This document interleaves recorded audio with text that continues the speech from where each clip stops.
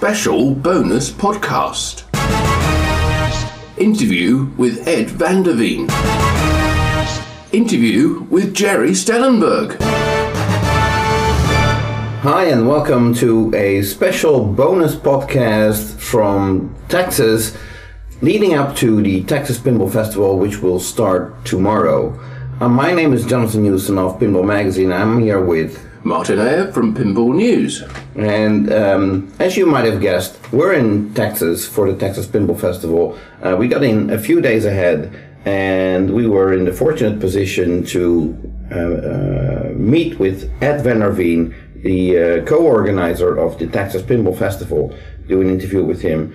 And after that, we were able to drive up to Round Rock and talk to Gerry Stellenberg of Multimorphic for an in-depth interview about the current situation with Multimorphic, where they are basically building games in-house and no longer with a contract manufacturer, and lots of other news. So you definitely want to stick around for that to listen to. So, any comments from you? Yes, absolutely.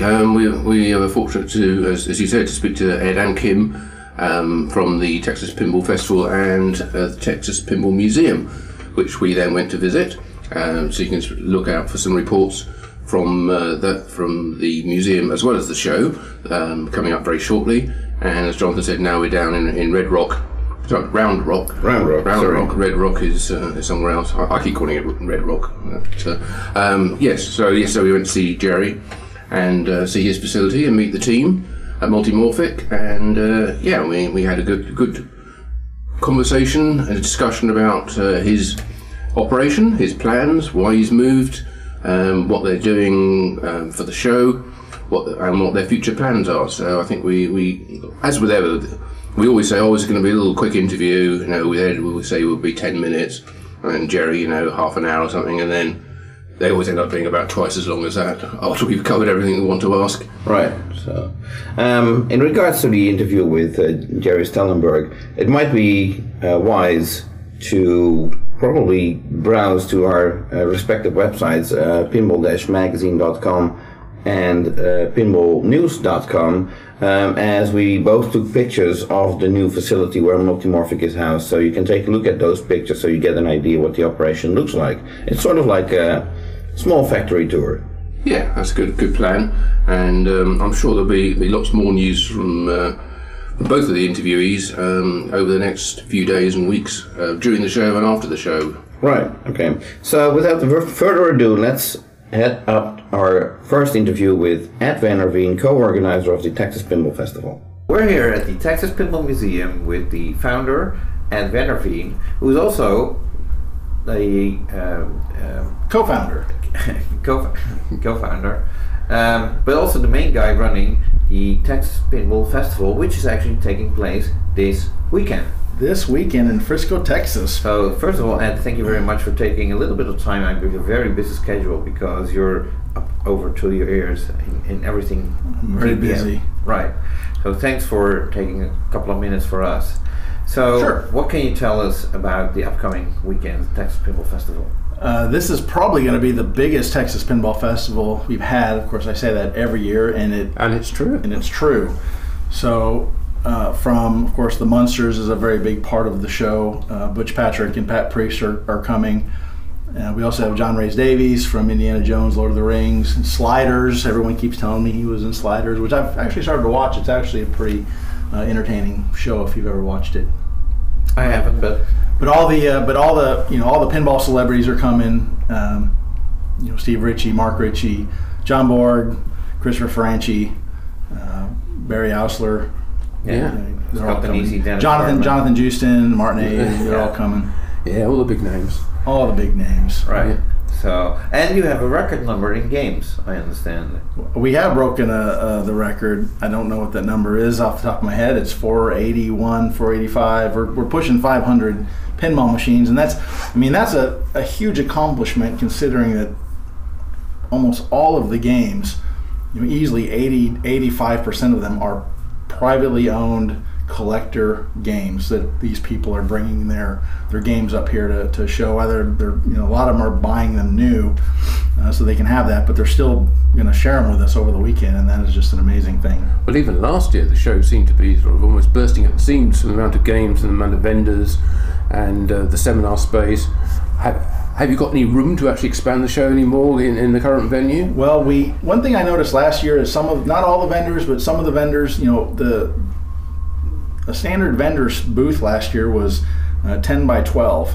It almost seemed like it was too big for some of the vendors. So you'd walk past and they'd have all this empty space behind them because they would push their tables up closer. Cool. And of course, my wife Kim, who helps run the show, she likes having these big, wide Texas-sized aisles, which is great for people space. So this year we did create a lot of extra space. We did reduce the size of a standard booth to an 8 by 10. That seemed to be more fitting for a lot of the vendors. And the aisles are going to be just a little bit narrower in order to accommodate the growth. We're also pushing out into the foyer area, or the outer hallway. You're going to see a lot of vendors out there as well. Oh, that's great, because there's an awful lot of foot traffic there. A lot of foot traffic. It's a lot easier to browse what people are selling there. Yeah. We also, and then the other big thing is we moved the tournaments. We have a series of side rooms that is a very large area. It's actually a larger area than what we originally gave the tournament guys. And so we moved the main tournaments into that area to give them a little more controlled access for the tournaments. And it was a little bit bigger space. And of course that freed up a whole lot of room on the main floor. Right, so the main floor is basically, now the it's whole all room. New design, yes. Wow, and it's all free play and... Everything's on free play. It should be on free play. You pay your admission at the door, and you come in and play pretty much everything. I haven't had anybody tell me yet. Every once in a while, you'll get a vendor that is trying to display a new product of some kind. So it's not really, the logistics of letting people play it while they're trying to sell whatever mods they're trying to. Some kind of but for the most part, as far as I know, all the games are going to be on free play. Right. So speaking of new product, any game reveals that are going to take place at the show? I don't know. So you have all these pallets arriving today with games on them. Yes, FedEx called yesterday with 37 of game. That's just kind of an odd feeling when someone calls and says, "Hey, I've got 37 pallets, and they're all brand new pinball machines. And where do you want us to set these?" And of course, I'm not at the embassy, so we're trying to call the embassy. And the embassy's been really good about working with us, and we've been there long enough that they know what to do. They put them in storage and hold them for us until everyone can get there and set them up. But these are all not just Stern games, but it's Chicago Gaming and American Pinball, and everybody is drop shipping the new games direct to the hotel. So it's worked out really well. But people often think if you have a show that size, you've maybe got the entire week to set it up.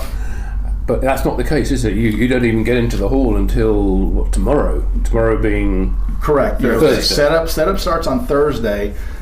We will have access to a lot of it tonight, just because the hotel is real good about working with us, and but our contract, you have to get a contract years in advance, and so we didn't anticipate the show growing to the size that it's grown, and 2 years ago we would have not known.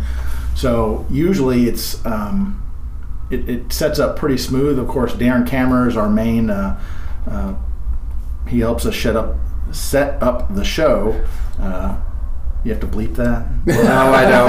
No, we don't. No, we don't bleep anything. From Europe, we don't have to bleep that. That's mild. You'll see some of the other stuff. So Darren Kammer helps set the show, and he's done a great job with the logistics and with instructions, and I think people get it. That's everybody's trying to get set up.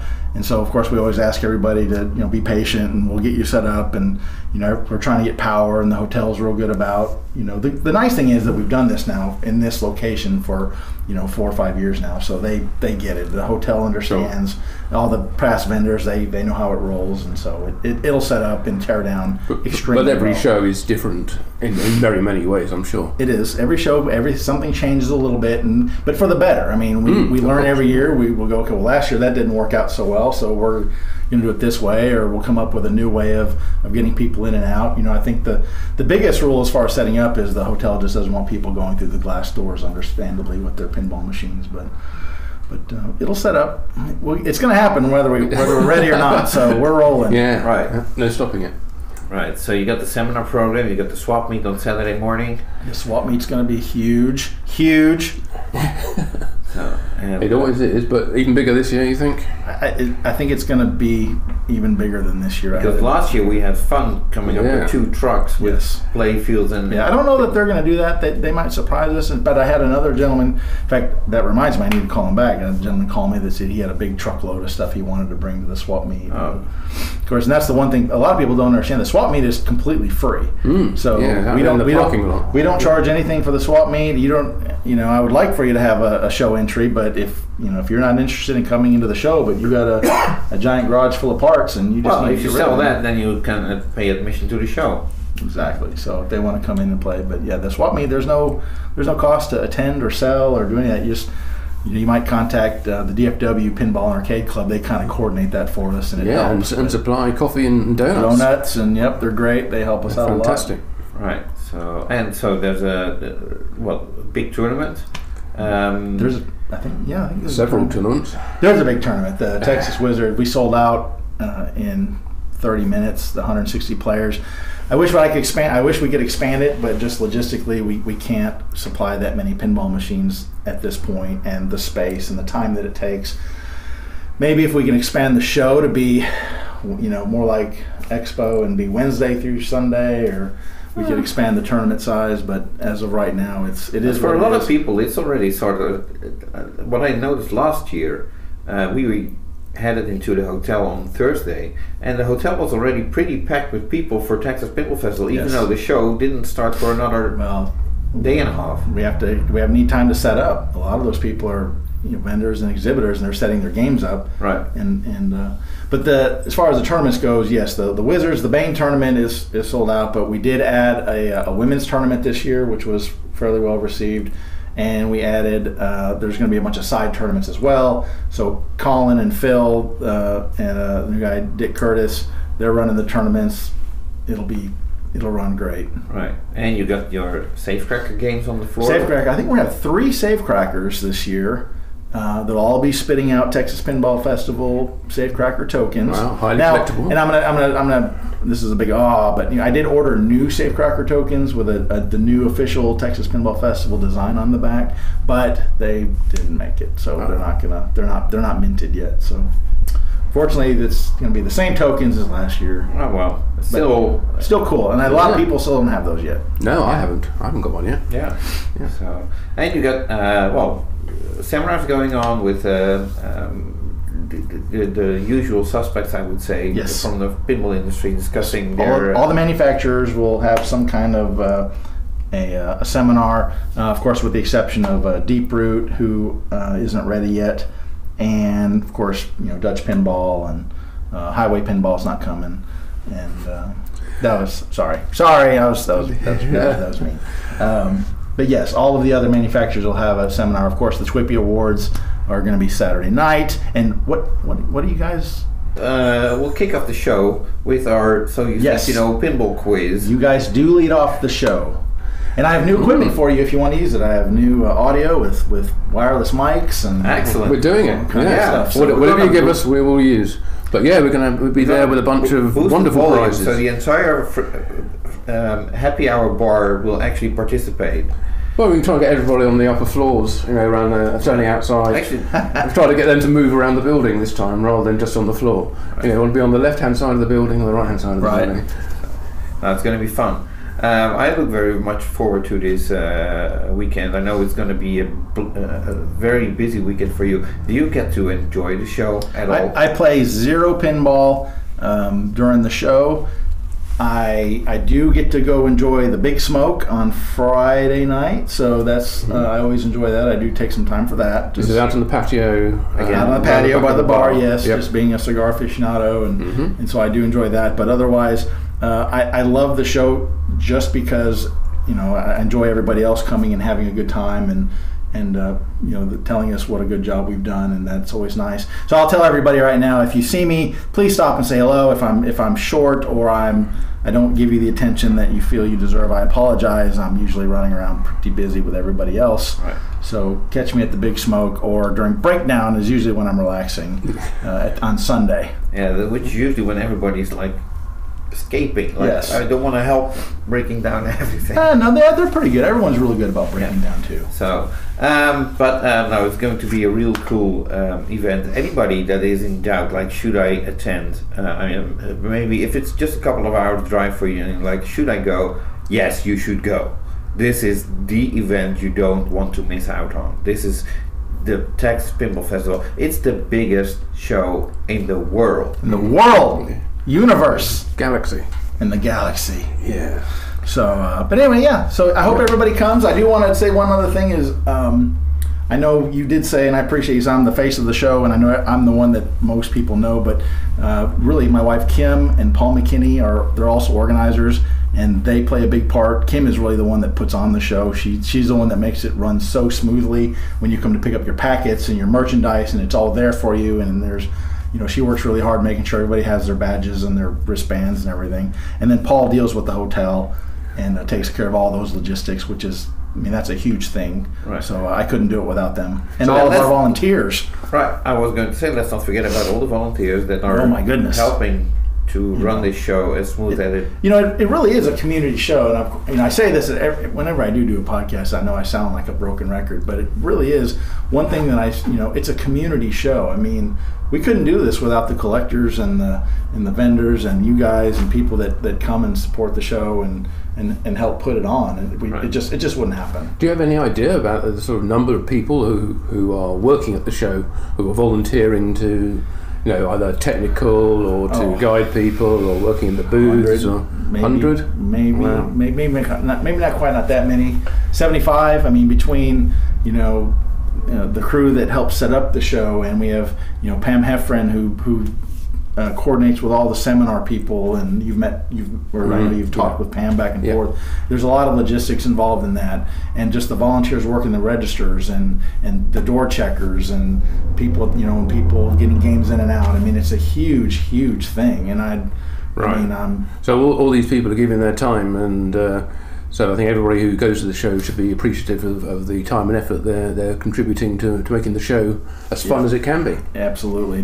Please don't get frustrated with any of my volunteers. If you have an issue, come find me. We'll fix it. Excellent. Okay. One other thing. I think you're streaming the seminars this year. Was that the plan? That is always the plan. Sometimes it doesn't work out so well that we're on the internet connection. We're at the mercy of the hotel's Wi-Fi. So they've told us it's going to be better. Worst case scenario is everything is going to be recorded for sure. Right. But yes, we are going to do our best to stream all the seminars. Richard and Howard Barnett, they do a great job of helping us with that and getting all the equipment set up. So we're gonna try. But obviously, if you want to take part in them and ask questions, you need to be there at the show in person. Absolutely. And why would you not want to? Why would you not want to be there? Yeah. But if we don't get it streamed live, I promise we'll get it to you as quickly as we can on YouTube or one of the channels. Okay. So aside from the Texas Pinball Festival, we're doing this interview right here at the Texas Pinball Museum. Is there anything you quickly want to say about the museum? The Texas Pinball Museum, you kind of walk through. Right now we're at 26 pinball machines. It's a cool little hangout. It really was it started out when the Texas Pinball Festival wasn't going on. Kim and I and Paul have all these machines, and we needed a place to run the show prior to and store all the merchandise, and we had our personal collections that were just sitting in storage. So we said, well, let's find a place and see if people want to come play down here in Midlothian, Texas. That's where Kim and I live.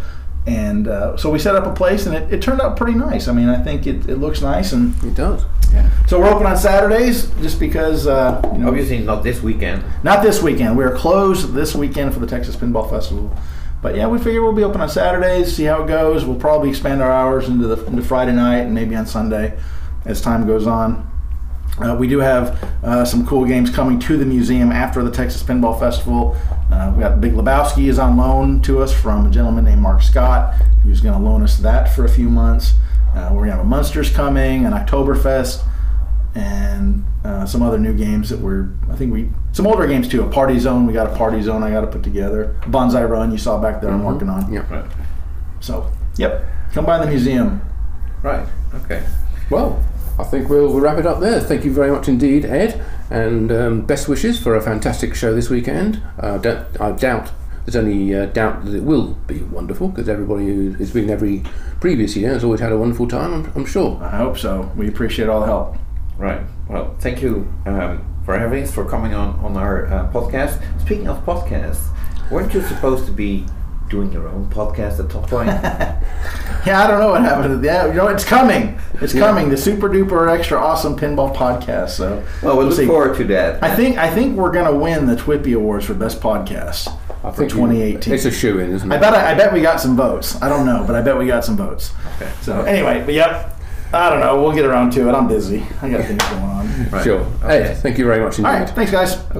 Yes, thanks to Ed for that interview. I hope you found it interesting. And yes, he's going to be a very busy guy over the next few days and weeks. Not only with the show and the museum, but also with his bid to be the mayor of Midlothian, which we were not supposed to be mentioning. Okay, then we won't mention that. Good. That's clear.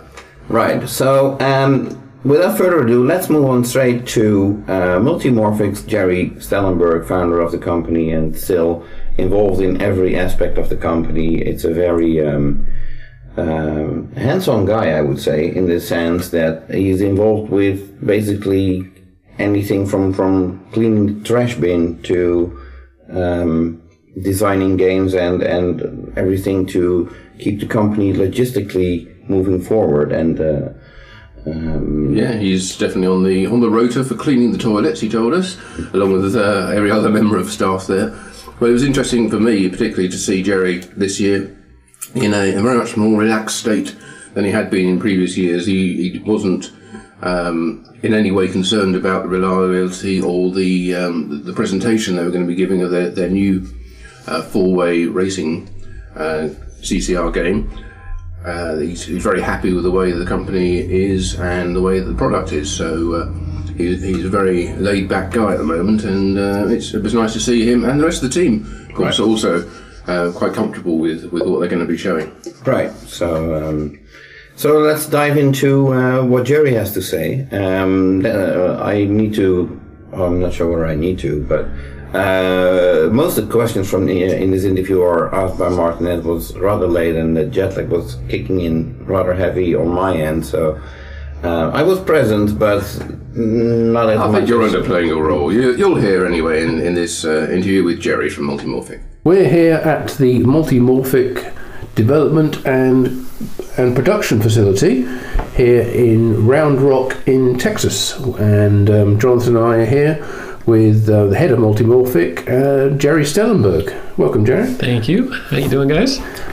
Very good. And tell us about this place, because we weren't actually expecting particularly to be here, because we knew that in the past you had been manufacturing your games using contract manufacturers, and yet here we are at a production facility for Multimorphic. So what's going on here, and how long have you been here? Yeah, so we've made the change from contract manufacturing to our own production facility, largely because we learned that in order for the production team at a contract manufacturer's shop to be effective, building something as complex as a pinball machine with lots of different pieces and parts and part numbers and sub-assemblies and testing needs, that we essentially had to live there and do our jobs next to them.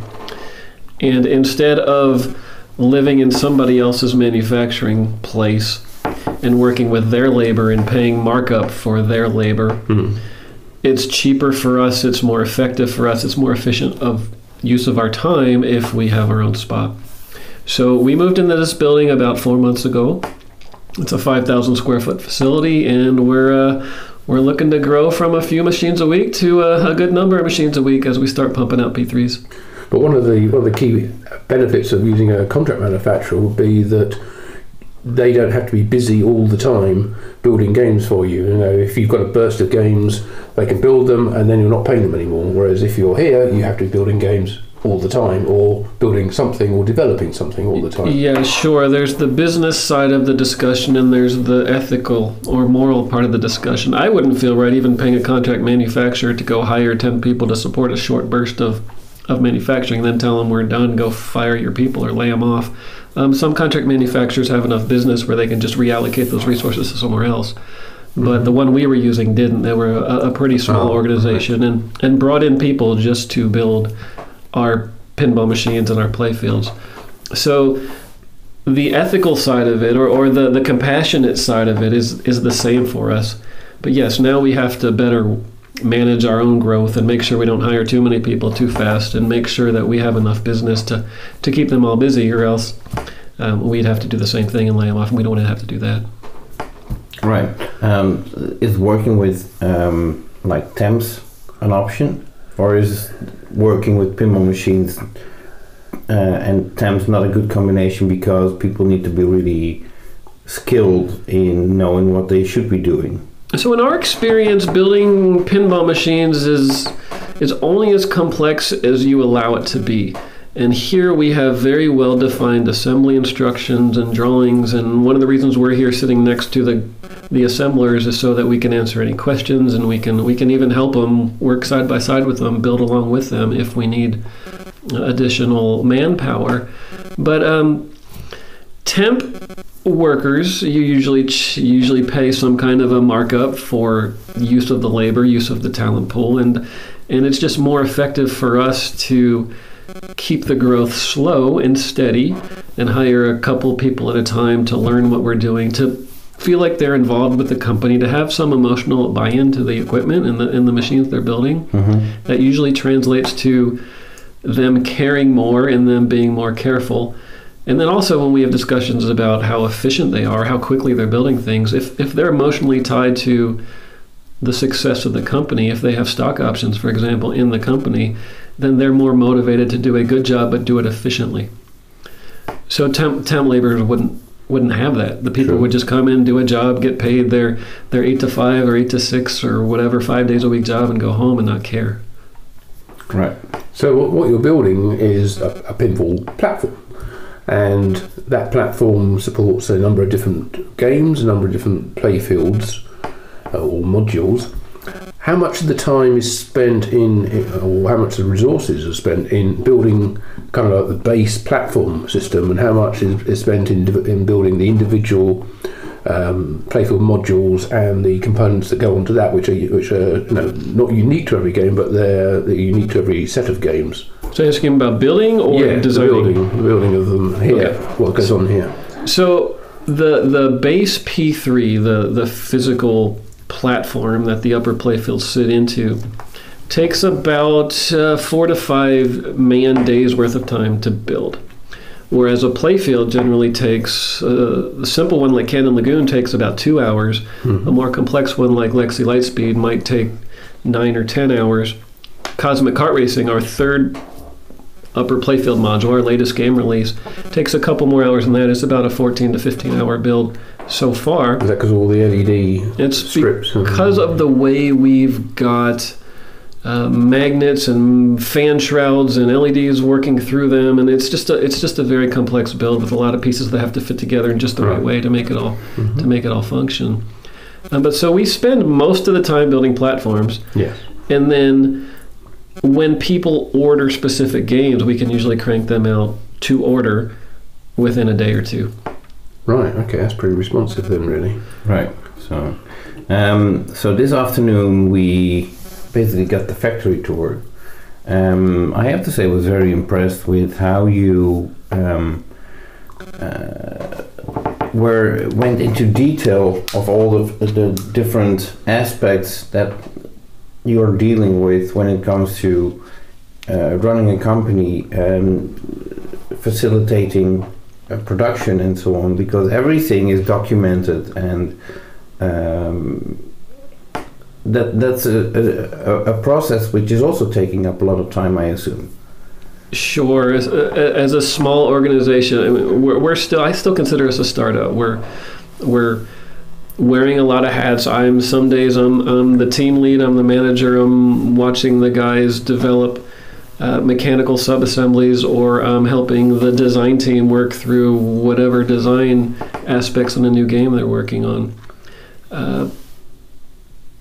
I wear all those hats because I have to. I own the company, and I hire people to do specific other things, mechanical engineering or art development or whatever it is, assembly. I wind up managing logistics of purchasing parts and staging inventory and dealing with all the vendors and working through RMAs with the vendors. We get a lot of parts from a lot of different places, some in the U.S., some overseas, and there are issues with almost every shipment of parts from everybody. It doesn't matter where they're coming from, but it's a lot more of a logistical hassle when you're dealing with an overseas vendor and they have 30% fallout on their parts, or they have a whole shipment of parts that for some reason that didn't meet your specs. What do you do about that? That's happened in the past, isn't it? It happens fairly often that some percentage of an order is wrong or didn't meet specs or got damaged in shipping. They didn't package them well enough, and they come and you have a bunch of sheet metal that's scratched or something like that. So the logistical management, unfortunately, takes a good 30 to 40% of my time when I'd rather be working with the assemblers and working on designing new games. So you decided to describe yourself as still around to like a startup, but you actually have quite a range of different sources for your games. You have in-house developed games, you have external company developed games, and you even now your latest game, Hooping It Up, is actually a customer developed game. Yeah. Is this something which you foresaw when you started, and is it something which you're comfortable and happy with, and want to expand the possible sources of your game designs? Did we foresee it? Yes. In fact, we designed the company around that paradigm. The paradigm of the P3 is to be a platform machine in very much the same way that video game consoles turned the video game stand-up arcades into a platform. Computers are a platform. Mobile phones are a platform where you buy the hardware once and then people develop apps for it, and you can do a lot more things with it. That's what the P3 is intended to be. We developed, and I'm an engineer. I spend most of my time thinking about, when I'm really having fun, I'm thinking about low-level development of digital logic or how things can work together, or low-level software development. All those things most people find very boring, and that's what I thrive on. So I came up with this concept for a pinball platform, a modular pinball platform. That's the hardware side. We can swap in games and playfields and different modules, and the flipper assembly slides in and out, and you can change that up. But for the whole ecosystem to work, we needed a platform concept for developers as well. So we distribute, and we've been distributing it for a year or so now, a development kit, a software development kit for the P3, where people can download basically about 60 to 70% of the code that goes into any game is common. So they can download that from us, and they can go implement what we call the fun. They can go implement game-specific content on top of our libraries and turn that into a game or game application. If they want to, they can go off and design a playfield module for a game as well, but they don't have to. They can make use of existing playfields and just design new software applications, which is what Greg did for Hooping It Up recently. Right. So tell us about that game. How did that come about, and how would people get it if they wanted it? Yeah, so Greg Goldie, the developer, he lives in Colorado. I met him at the Rocky Mountain show a couple of years ago. He was interested in the platform. He bought a P3 for himself. But he's now a retired software developer / manager. He worked at Dish Network for a while, retired from there. And he's long been a pinball hobbyist, and he's built a couple of ground-up builds of, I believe it was Medieval Madness and Cactus Canyon, and he does a lot of refurbishing and repairing pinball machines, and he's always wanted to design his own game. But to design your own or to build your own pinball machine, you've got to be an expert in a lot of different disciplines. Specifically, there's hardware development and mechanical development, and then you need all the resources to put this thing together. So he liked the fact that this P3 platform was an already fully developed, mature platform onto which he could just implement his concept for what would be a fun game to play. And he did that. He took the Lexi Lightspeed playfield that we use, that we've been distributing and selling since the beginning of the P3, and he implemented a basketball-themed game, Hooping It Up, on top of the platform. He did it for a lot of reasons, but he calls it a bucket list item. He always wanted to develop a game, and the P3 allowed him to do that. So he developed the game. We were talking a lot about how he wanted to distribute it and whether or not he wanted to sell it or make it available for others. And he chose to offer it out as a free software update to all existing P3 owners.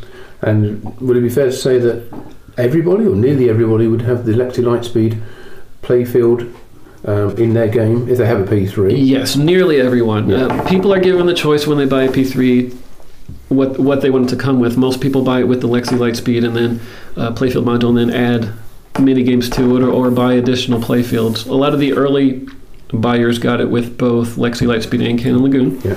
Mm-hmm. But a few didn't want Lexi. They wanted to put it on location or in an area that's frequented by kids or whatever, so they just bought it with the Cannon Lagoon playfield. Right. So those people wouldn't be able to run Hooping It Up, but everyone else... For everyone else, it's a free download. That's right. They just go to the Multimorphic website, add it to their cart at a cost of $0. They don't even need to add it to their cart. Yeah. It's actually, every user has an account on the site that lists all the software that their P3 can run.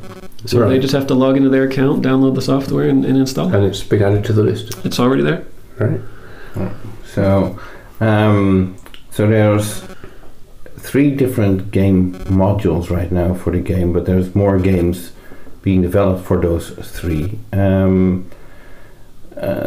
Are you also working on a 4th game? Can you talk about that?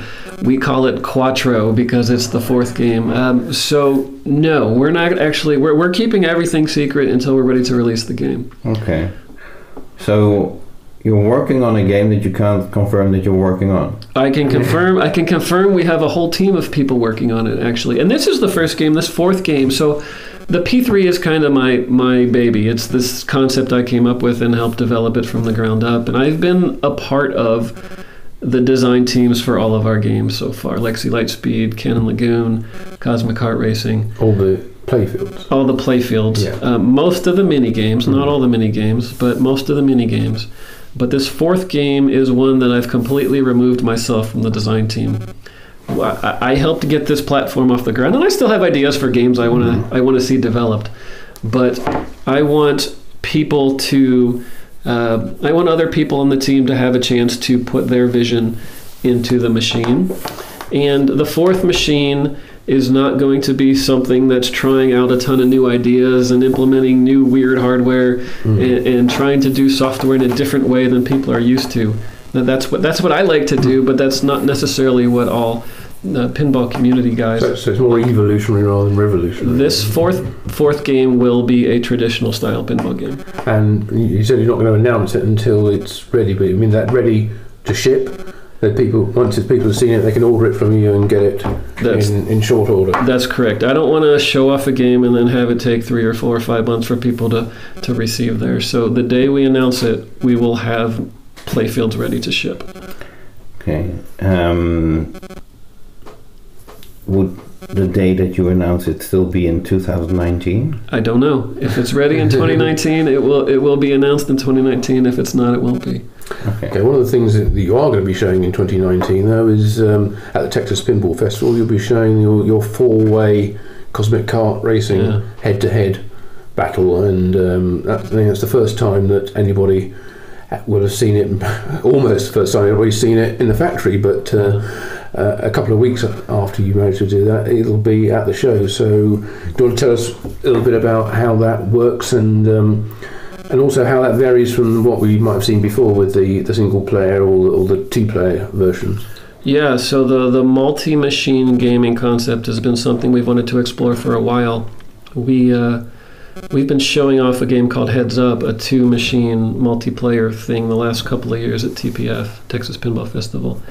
And it's almost been universally loved. People walk up to this game and it allows you to play against your friend, and you can battle, shoot the good shots, and you get points, shoot the bad shots, your ball goes to the other player, and 2 people and 2 machines having a lot of fun.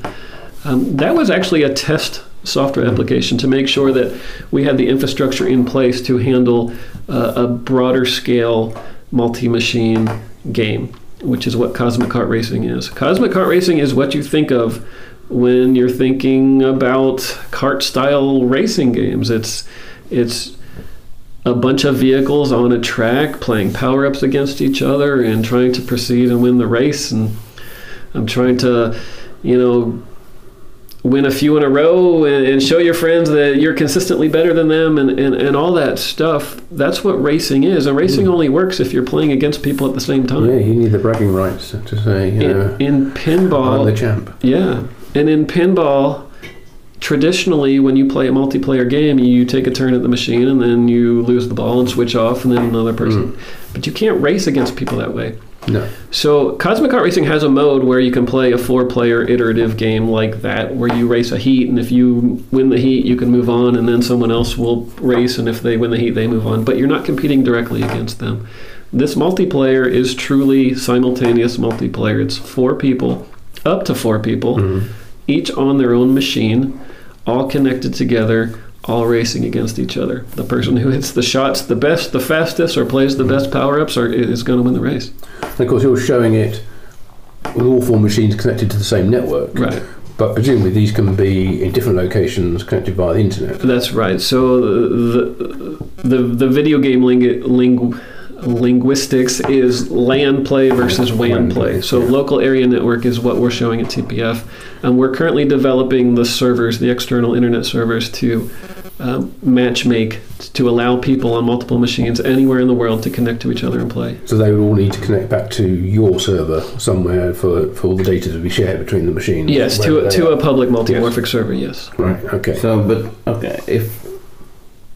even if you have a game in one room and another game in the second room, how do you know other people are ready to play or compete with you? So we have what's called a networking lobby. And a lot of online video games have something similar where you tell your machine you want to play against people in the world, on the internet. And you can either set up and host a race, or you can join an existing race. So you basically configure your machine the way you want, and then it talks to the server. The server sends you a list of, if you want to join an existing race, the server will send you a list of available races. It'll show up on your screen, and with the flipper buttons, you can scroll down the list and select which game you want to join. You'll hit the start button or the launch button, and it'll join an existing race. And then that will basically tell your P3 to talk to that person's P3. And it'll then act just like you were in the same room, and it'll connect you and let you play. I presume there's a lot more sort of behind the scenes than people really imagine, first of all, because you have to be able to control who you can join for races, who can join your races. You don't want to just make your machine available to everyone necessarily. You might have a friend list. Right. And of course, now what's the window between you? If you've just started a race and somebody wants to join, they have to then wait until the race is finished and join the next one. Yep. So these are common problems or common things people consider in multiplayer video games. It's not a new problem we had to solve. But it's new for pinball. That's correct.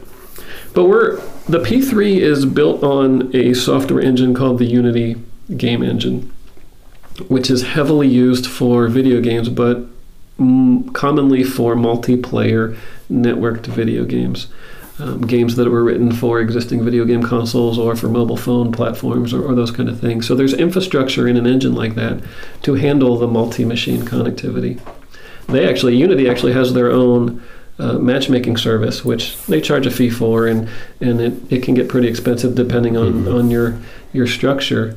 But our needs are very simple at this point, so we're implementing our own matchmaking server, and we'll allow people to connect that way. And for people who are going to the Texas show this weekend, what else are they going to be able to see on the Multimorphic stand? Yeah, so we'll have the 4-machine CCR setup, Cosmic Kart Racing setup. We'll have 2 machines with the Cannon Lagoon playfield, probably split in time between Cannon Lagoon and Grand Slam Rally, and then we'll switch it over to our 2-game heads-up thing, with which people really seem to enjoy at these shows. We'll have a 7th machine there. That'll be set up with the Lexi Lightspeed playfield, and most of the time it'll be Lexi Lightspeed, but we'll also switch it over to the new Hoopin' It Up game so people can experience that new game. Right. So you mentioned not being a part of the creative team for the 4th game, but could it be in the future that once that game is out there that you might get an itch and you're like, you know what, I'm going to reprogram the whole thing and just do what I think I can do with this playfield? Or are you way too busy to even consider that? Yeah, there's lots of things that go through probably every pinball fan's head or mind when they see a playfield and they either connect with or don't connect to the rules. While I'm not directly involved in the creative team, I am managing the creative team for the game. I'm making sure they're on schedule. I'm making sure they're creating a game that I think will relate to people and pinball hobbyists and that will sell well. So I do have some input into the direction of the game. I'm just not making the little choices or the decisions about characters and how the rules play out and those kind of things. But the neat thing about the P3 is because we have this developer's kit, anybody can rewrite rules for existing playfields. Yes, I probably will want to rewrite rules for every playfield we have, but like you said, I likely won't have the time to do that. So, but the other important part about it is to make a fun, immersive pinball experience, it takes a lot more than just one person, usually. I mean, there are outliers, the Scott Denises of the world, who make games that everyone seems to universally love, and he did most of that by himself, with a little bit of help from the community, but pretty much by himself. That's a rarity. When you have a big LCD screen like we do in the P3 and you have this engine that you need to fill with content to make the experience immersive, it requires usually a lot of people and a lot of money. So it's not just something that I would jump on haphazardly and try to spit out a new rule set for a game without thinking through a well-structured game design. If someone did have the passion and maybe the support from their colleagues and friends and decided they wanted to take an existing playfield that you already have for the P3 and build a new game, but they don't have a P3 themselves, would they need to buy one in order to do it, or could they do it all in software and then at the very end find out exactly how it plays? They can, and people have developed entire P3 games without a machine. In fact, I got an email, it's been about a year, from a developer who was out in Australia who heard about the P3, wanted to develop a game. I sent him the development kit 9 or 10 months ago. Didn't hear from him for a long time. And literally 3 months ago, he emails me. He said, hey, my game's ready. Try it out on a machine and let me know what needs to be fixed. The P3 development kit is a software infrastructure. It's a software framework built around Unity, but Unity has a simulation environment in it that we've added context for it. We've added the pinball interface to it, so people can fully develop a game and simulate it by clicking buttons on their computer. So while they don't have the physical ball rolling around a playfield, they can mimic that with the mouse on their screen. They can hit keyboard keys to represent switch events where the ball rolls through an orbit or over a ramp or whatever, and they can fully simulate the process. So it's much easier to develop a game and to debug it with a machine, but you don't need it. Does it go as far as any help with the hardware layout? They tell you, like, if you shoot this ramp, then this switch will close and that switch will close, and that one on the entry, that one on the exit, confirm you made the switch, made the ramp. Or is it all literally, here's a switch closure that says the entry, here's a switch closure that says the exit, and they happen to be associated with that ramp. There's no, you take the ball, roll it around with your mouse up the ramp, and this switch closes and then that switch closes. Right. No, we're not currently doing anything with physics in the simulation engine, and we're not doing anything with pre-simulated timing. And what I mean by that is, if you wanted to mimic a ball going around a ramp, you would have to hit the keyboard button at the entry point, wait whatever, half a second later, hit another button at the exit point. Or you can take advantage of the existing module drivers. That's what we call the software layer that handles the logic for how a playfield module works. Right, yes. And what that does is it handles the logic for what happens when the entry switch is hit and then the exit switch is hit, and then it sends you a higher level event saying, you made the ramp. Right. And then your code can just look for that event called ramp make event or whatever it happens to be called, and write your reaction to that, score points or play an animation or do And you update that every time a new playfield is produced. That's correct. And we do that because there are other games that we develop for the same playfields. We have games like Barnyard and Rocks and Lexi Lightspeed Secret Agent Showdown, mini games we call them, that are software applications that work with existing hardware. A game like Barnyard works with the Lexi Lightspeed playfield and the Cannon Lagoon playfield, and it will soon work with the Cosmic Kart Racing playfield, because we handle a lot of the low-level details about the shots of the playfield in private code, in code that we wrote to describe how the playfield should work. So the app developer just says, hey, if I ever get an event about a ramp, I'm going to score this point, or flip this animal around in the case of Barnyard. If the ball goes into a hole ever on any playfield, then I'll do this. Right. So people can just tie into the code we've developed for the hardware. Okay. So over the past 4 months, you've been setting up this new facility. Yep. Obviously, you've been developing the whole P3 concept for the past 6, almost 7 years. But now that you got things rolling over here, does that mean that as busy as you are with the logistic end of things sort of in place and taken care of, does that mean that you get to spend more time on designing or programming or the more of the fun stuff instead of the stuff that needs to be done to make sure that everybody can do their job? I hope the answer to that someday is yes, but no, we're not even close to that now. What I said before about me handling all the day-to-day stuff to let the experts do the expert things, that's how it is. I fill orders, I pack packages and send them off and handle all the interfacing to the shipping companies.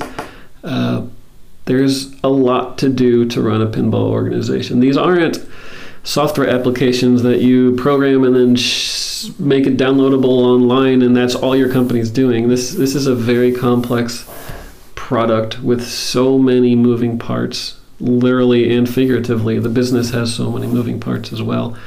And in order for us to survive as an unfunded, basically a bootstrapped company with a very limited staff, I have to do a lot of the stuff to offload and allow my team to be successful, to be effective.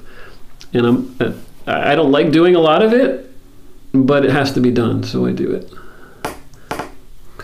So since you've moved in here in 4 months, you're obviously set up to build games and modules or playfields. But this isn't how it's going to end. The layout of the building isn't how it's going to ultimately be. What changes are you going to be making over the next year or so as far as the production flow of games and playfields goes, from the parts and the pre-assembled element to producing a finished game or a finished playfield that goes out the door to the customer? Yeah, so we moved in here and had to get started building playfields and machines pretty quickly. So the floor isn't set up as we'd like it yet. Right now we just have a couple of tables where people that are building the actual playfields and structure of the machine, they all work on workstations. But the P3 is different than a traditional machine, so you can't really compare us to a company like Stern or Jersey Jack or somebody who has a long assembly line of roller tables where a playfield rolls through and somebody puts this wire assembly on and then somebody puts a ramp on or whatever. The P3 is modular. So we develop or we assemble all of the individual sub-assemblies, like the wall and scoop assembly or a flipper assembly or the vertical up kicker, ball trough assembly. All these things are assembled on a table. There are part shelves against the wall. The incoming parts are received and inventoried and inspected and then inventoried basically against the wall. Somebody stages the parts from the inventory into a workstation. That workstation generally has a table where there's an assembler running through the work instructions, grabbing parts out of the part bins and assembling them to the instructions. Right now that's just a couple of tables, but our future plans as we grow our volumes and fully finish our move into this building, we'll have 6 or 7 work cells, is what we call them, where people are building sub-assemblies. All these sub-assemblies will get staged in unit test areas just beyond that, so that all the assemblies are known to be working before they're gone and put into a machine. Beyond the test assembly or the test tables will be a final assembly section where cabinets meet all the playfield parts. Everything gets assembled into a cabinet.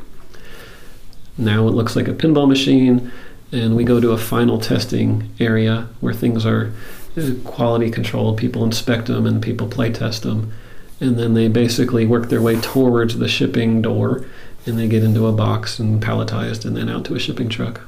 And the games will always leave the factory here, or the manufacturing facility, as a complete game. It'll have a playfield installed in it always. Today, yes. Today, every machine we ship has a playfield. We envision a day where somebody has a P3 and 6 or 7 playfields, and they want to play more than one at once, or they want to have a party and be able to set up multiple machines with multiple playfields. And we're not going to force them to buy a machine with another playfield. Yeah. So at some point, we'll probably offer a base platform without a playfield. But today our customer base and our game library isn't big enough to need that. And you have got to the point where all the pre-orders have been fulfilled. Yes. So everyone who bought before they could actually pick it up have their machine. That's right. We had a bunch of people order day one when we announced machines, and it took us a few years to get them their games. We didn't spend any of their money though. We shipped their machines. We had more people pre-order Cosmic Kart Racing. All of those machines and all of those playfields have shipped. So we currently owe nobody anything. Everything we build moving forward will be to fill new orders. Right. Well, it's very impressive. At least I was very impressed seeing what you set up with so much eye for detail. Having seen other operations work, I might get the impression that some of them work with a little bit of less detail than the way you structure things over here. Is that something that you notice as well? And is that how do you feel about that? If something like that occurred to you as well? So I mean, some startups in all industries, I'm familiar with the electronics and the like networking equipment industries. There are startups where you just ignore process and you ignore all the logistics and you just get people in a room and make stuff. You write software, you design hardware, you build stuff. Make a call to a vendor, get some stuff in, assemble it, and ship it out. That's fine in the very short term for a very small organization with very few customers. But if you want to be able to grow and expand and ship products to thousands of customers, as we do as a pinball manufacturer, you have to have the infrastructure in place to support that. If we didn't do that today, then we'd get 6 months or a year down the road, we'd have more customers wanting machines, and we wouldn't know if we have the right parts to assemble them because we wouldn't have the logistics figured out, or we'd get to a point where we're screwed because we have a machine 90% together and we realize, oh crap, we don't have enough pieces of flipper plastic to put the flipper assembly together. So all of that has to be in place in order to grow. There are some business owners who start their company with the sole purpose to sell a machine or to sell their business. And they take a lot of shortcuts when they do that. If the end goal is, I want to sell my company in 5 years, I'm not going to spend the time making the company structured so that it could last 10 or 15 or 20 years.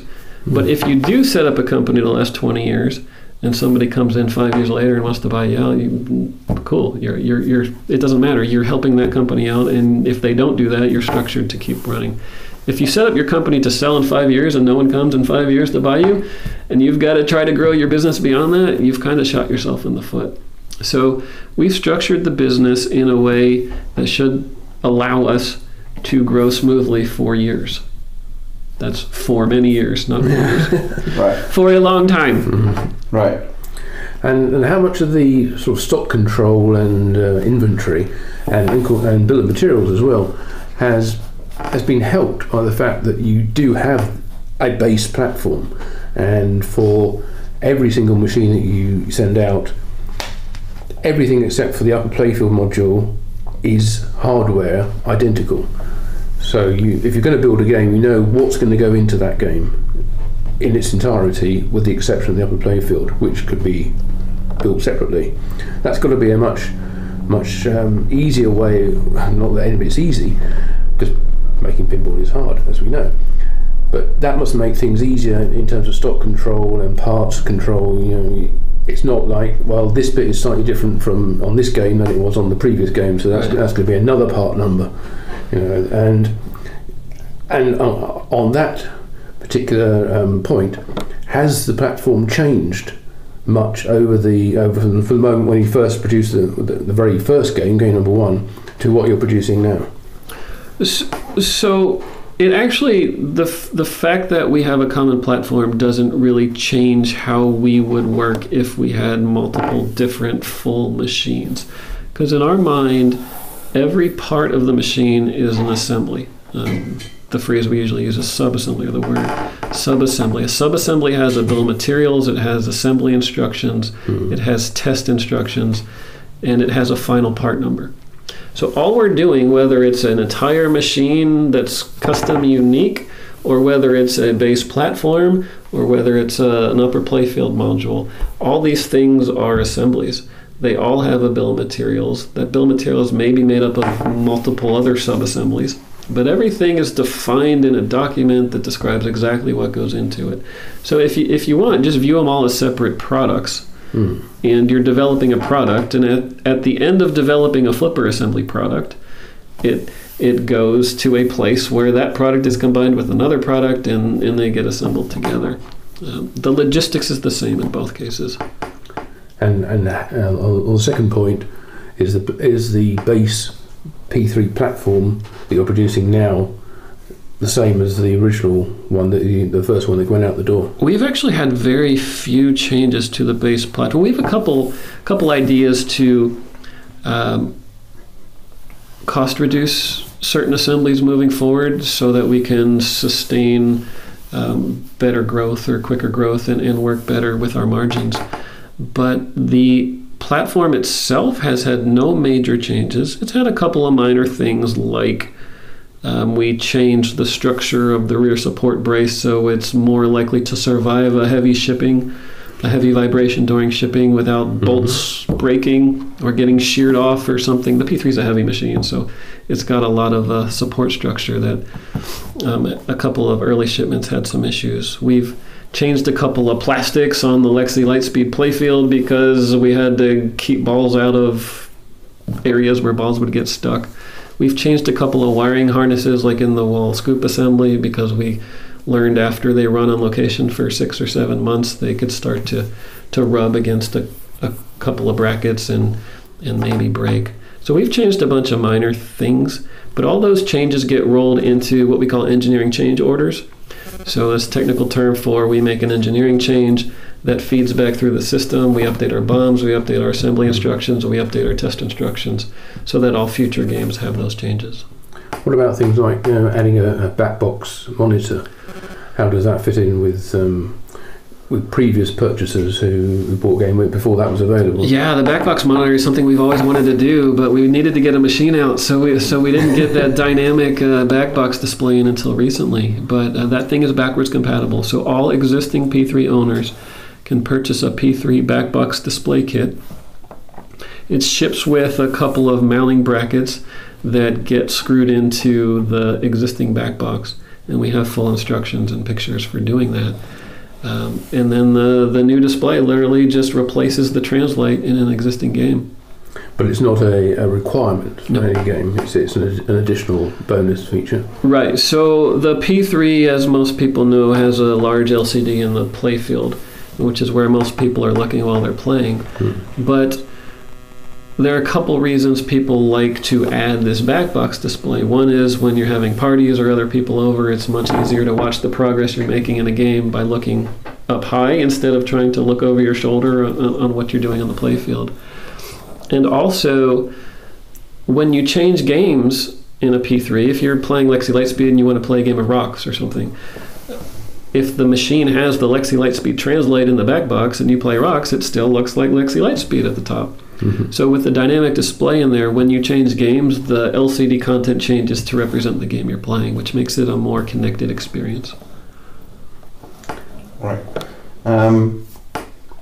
So you've been almost running this concept for 7 years.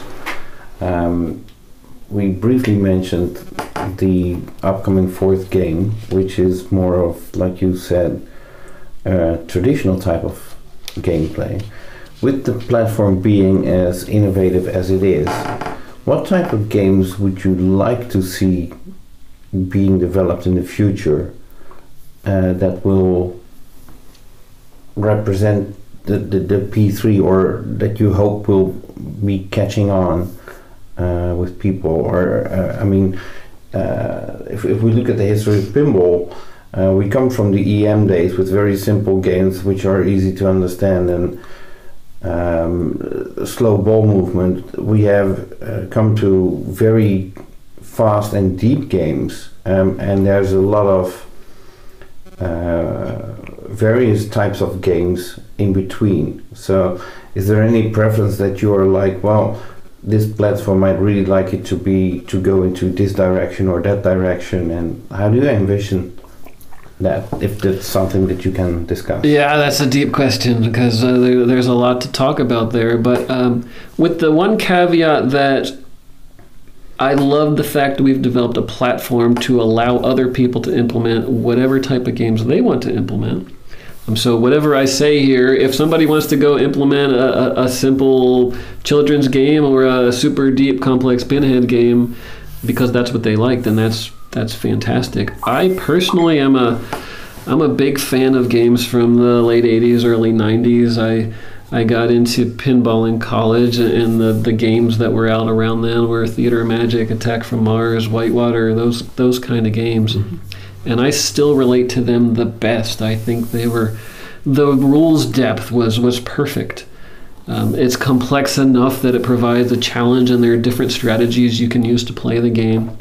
But they're not so deep that you kind of lose focus on what you're doing, because you're trying to navigate a bunch of rules that all either tie together or don't tie together in weird ways.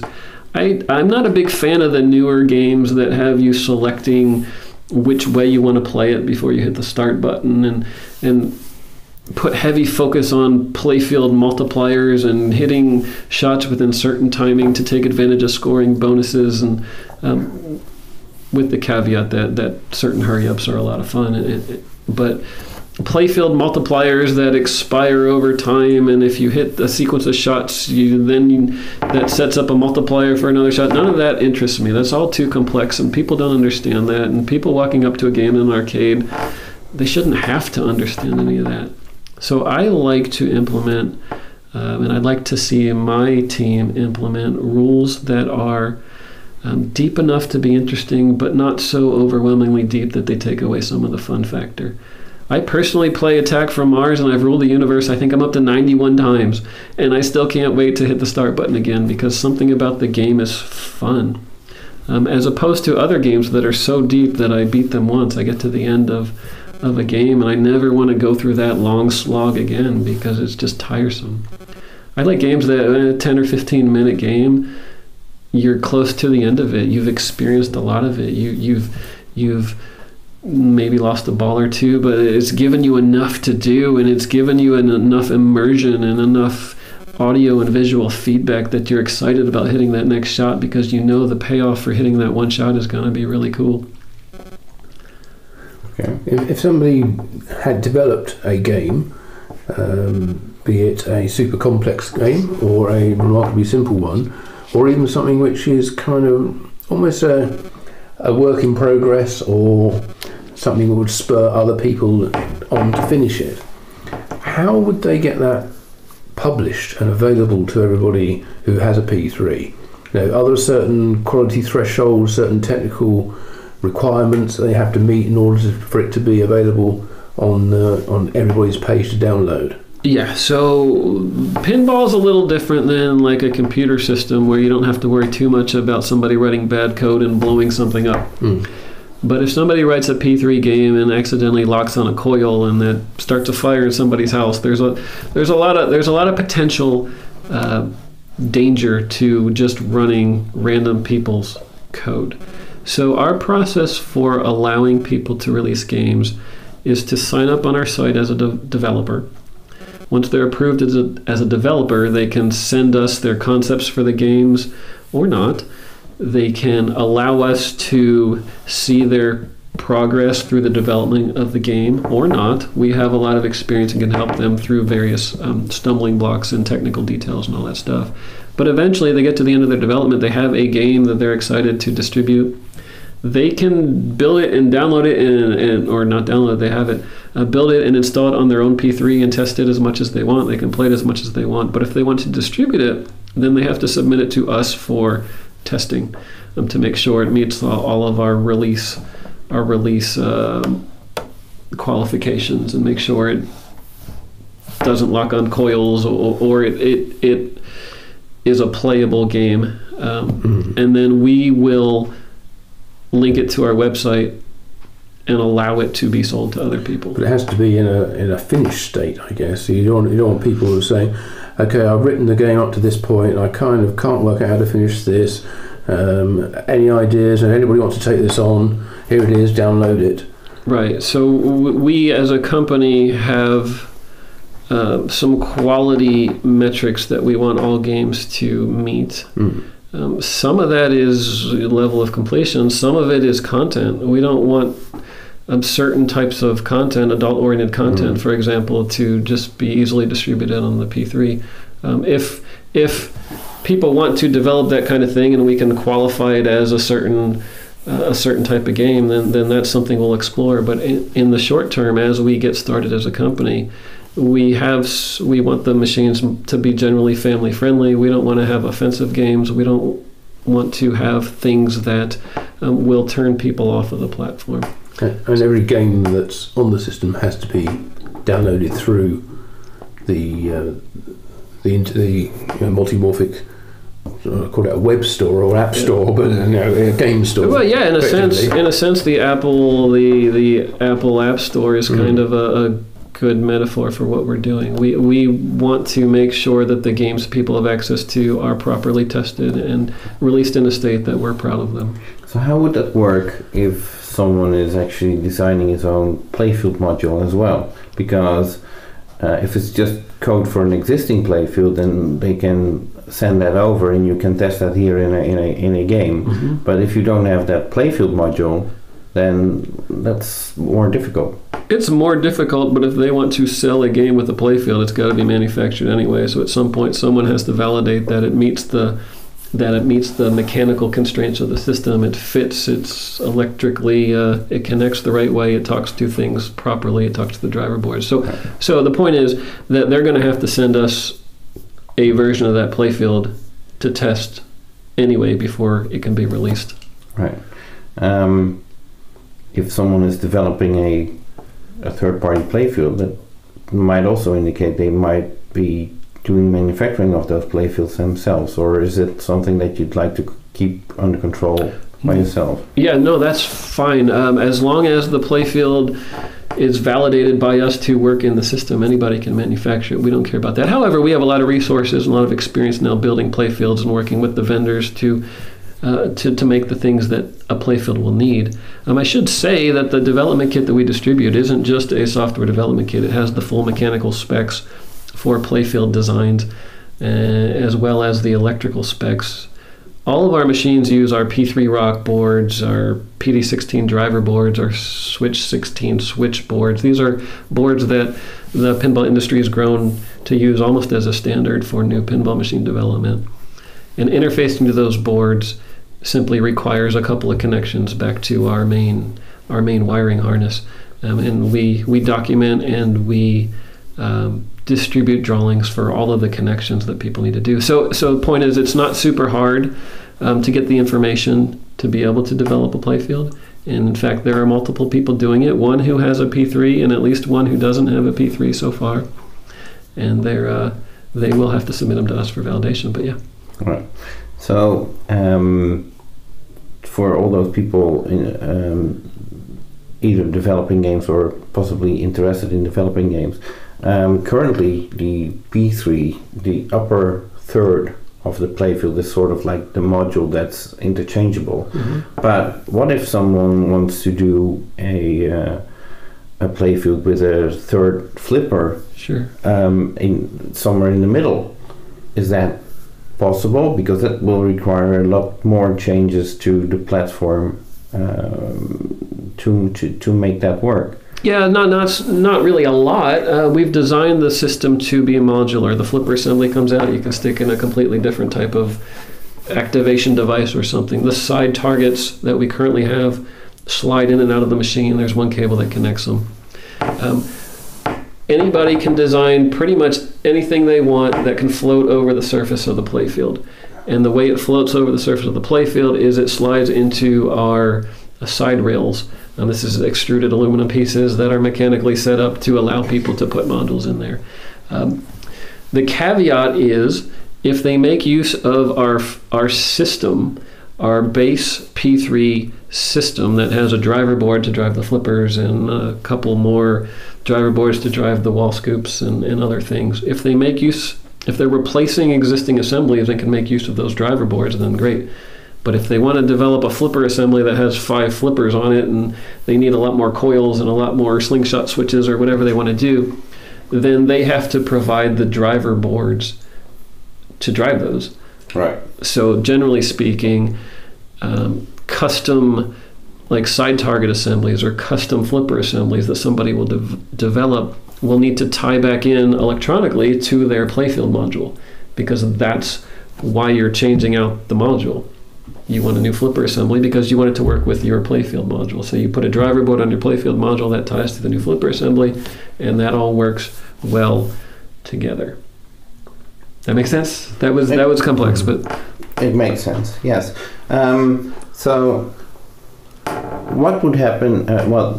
So you went with outsourcing the manufacturing of playfield or games, basically. You're now doing that in-house because it turns out to be that basically you were spending the same time with your contract manufacturer, and you might as well do it yourself. Same time and more money. Right, but is that what you foresee that the company will be doing, or could it be that if you have a hit game and you need to crank out 500 games or 1,000 games, that you're like, oh, this is way too much, we better call someone who would be able to do this for us or is that a scenario not something that you're considering? Or we're looking into the future and we don't know what the future will bring, but what if such a situation would occur? Yeah, it's a great problem to have to solve if we have to expand our manufacturing the volume. The good thing about structuring the business like we have for long-term growth is that we have everything in place to be able to hand it off to somebody else to build the product. Not only to build it, but to order the parts for it. They can look at our bill of materials and they can get all the vendor part numbers and everything else from that bill of materials. Make the call, get the parts in, and bill it to our assembly instruction. So while it's more efficient and less expensive for us to build everything in-house now, and we learned that the hard way by trying it the other way, it's a very simple matter to make a phone call to another contract manufacturer and say, hey, we need help building this. Here's the bill of materials. Here's the assembly instruction. Here's the test instructions. Build it. We know that if we're going to do that, we're going to have to babysit that process too. And it'll probably require us to hire a couple people to manage the outsourced assembly. But growing pains and good problems to solve. So because we've been so structured, because we have the logistics so well defined, outsourcing that again, if we need to, is certainly possible. Okay.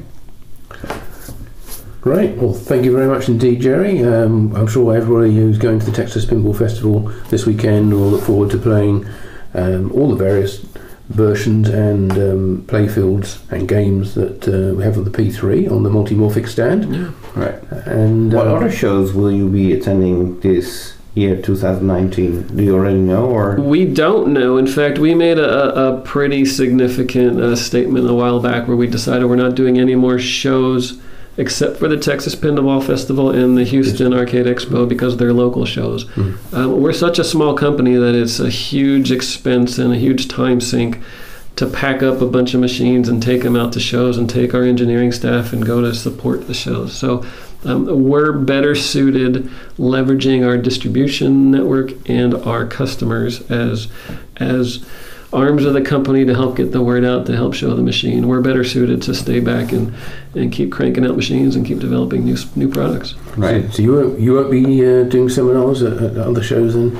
Or you just won't be taking machines or having a big stand? I'm open to doing seminars or attending shows as a guest or something. We won't likely be setting up a booth, bringing machines to demo new games at shows outside of Texas. Okay.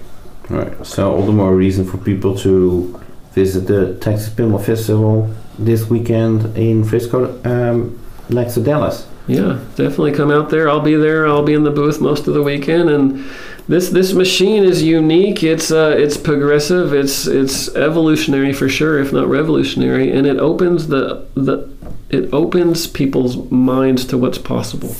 I get people walking up to me all day at every show we go to with ideas about how we can make it better, or themes we should do, or new sub-assemblies we should make, or whatever. And I love those conversations. So anyone listening with ideas, let's chat about them. It's fun for me to see where people would take this platform if given the opportunity. Right. So on a final note and extra motivation for people to come to the Texas Pinball Festival, Martin and I will be hosting our So You Think You Know Pinball quiz.